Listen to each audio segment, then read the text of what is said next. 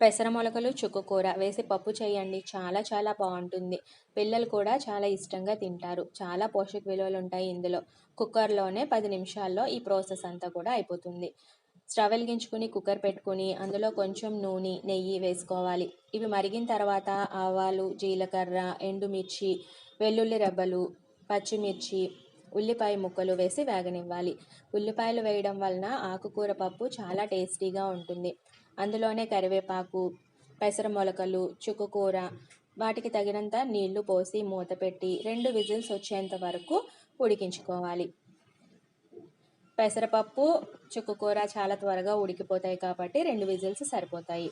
మూత తీసి దాంట్లో రుచికి సరిపడా సాల్ట్, కొంచెం పసుపు వేసి 2 నిమిషాల పాటు ఉడికించుకుంటే ఎంతో టేస్టీ అయిన పెసర మొలకలు చుక్కకూర పప్పు రెడీ.